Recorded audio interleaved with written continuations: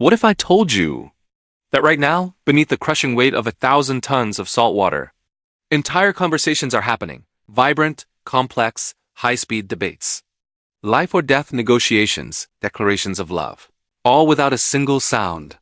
No voices, no vocal cords, no words. Yet, in the silence, warnings are being shouted, threats are being issued, and deception is being perfected by masters of disguise.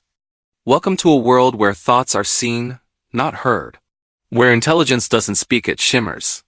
Tonight, on Animal Lover Planet, we dive into the greatest unsolved linguistic mystery of the natural world. What are squids, octopuses, and cuttlefish really saying? And once you learn to read their skin, you may never look at intelligence the same way again. The ocean hides many secrets, but some of the most astonishing minds on Earth don't have bones. They don't have voices, and they certainly don't think like we do. At Animal Lover Planet, we uncover the hidden intelligence of the wild. Today, we step into the alien mind. This is the silent symphony of the cephalopods. The mystery of the separate brain. To understand how a cephalopod talks, you first have to understand how it is. Imagine an alien landed on Earth. It doesn't have a skeleton. It has 3 hearts. Its blood is blue because it's based on copper, not iron, and its brain isn't just in its head. It's wrapped around its throat and stretched into its arms. This isn't science fiction. This is the common octopus. Humans and cephalopods last shared a common ancestor over 500 million years ago. We were little more than flatworms. Since then, we went one way evolving bones, lungs, and speech. They went the other way evolving camouflage, jet propulsion, and a language made of light. They are the closest thing to an extraterrestrial intelligence we will ever meet. For decades, science dismissed them as fancy snails, reactive, instinct-driven. But as we began to film them, to stay with them in the dark, we realized they weren't just reacting to their environment. They were commenting on it. In a single second, a cuttlefish can broadcast a message as complex as, "I am a rock, but if you step closer, I am a predator that will bite you." It is a multi-layered visual language. But how do you write a sentence on your skin? If you look at an octopus through a microscope, the skin looks like a galaxy. These are chromatophores. Thousands, sometimes millions of tiny elastic sacs of pigment. Each one is surrounded by a ring of muscle. But here's the kicker. Unlike a chameleon, which changes color via slow hormones in the blood, a cephalopod's skin is hardwired to its brain. When an octopus feels an emotion, it doesn't wait for a chemical reaction. It fires a neuron. The muscle pulls. The pigment sac expands. The color appears. It happens in less than 200 milliseconds. That is faster than you can blink.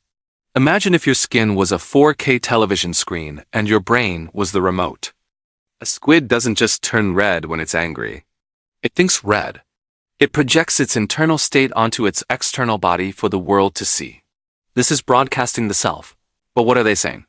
In the Caribbean, reef squids have been observed using over 30 different distinct patterns. They have a basic brown for relaxation. They have silver gold for submission. And then they have the zebra. This is the cephalopod version of a shouting match. High contrast means high emotion. It's a visual scream. Look at me, look how big I am, look how visible I am. I am not afraid. But the most incredible thing? They can split the screen. Here is where the intelligence of the cephalopod becomes truly haunting. In the world of the giant Australian cuttlefish, competition for a mate is brutal. Large males guard females with aggression. But smaller males, the sneakers, have developed a linguistic trick that would make a spy jealous. The sneaker male will swim alongside a female. On the side of his body facing her, he displays the beautiful, pulsating colors of a suitor. He's saying, "I'm a fit, healthy mate. Choose me."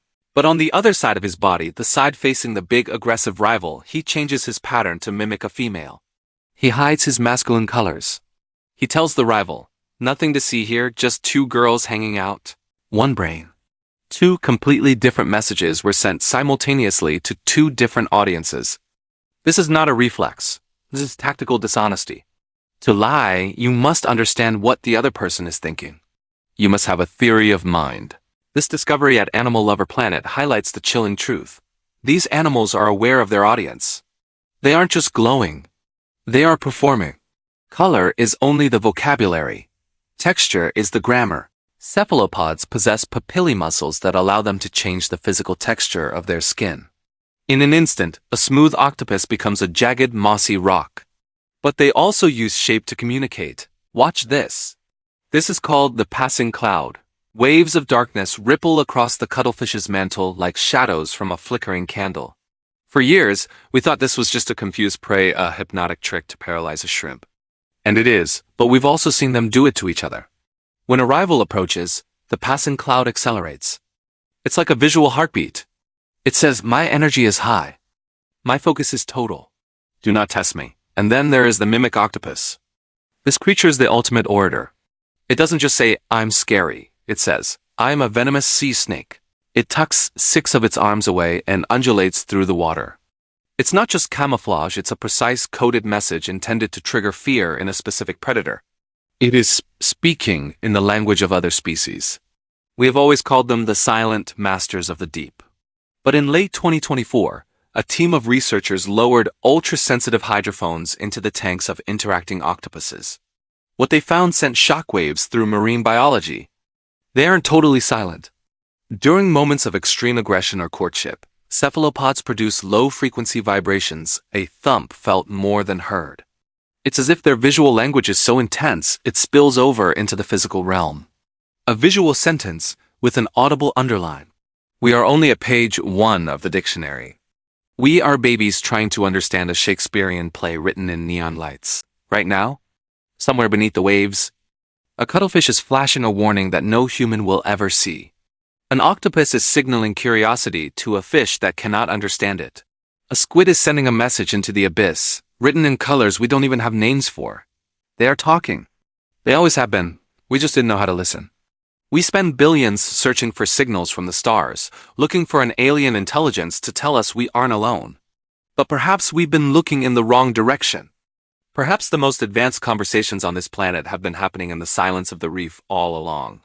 Maybe intelligence isn't about the words we speak, but the connections we make. This is Animal Lover Planet, where every creature has a story. Even when it's never spoken, stay curious. Stay wild.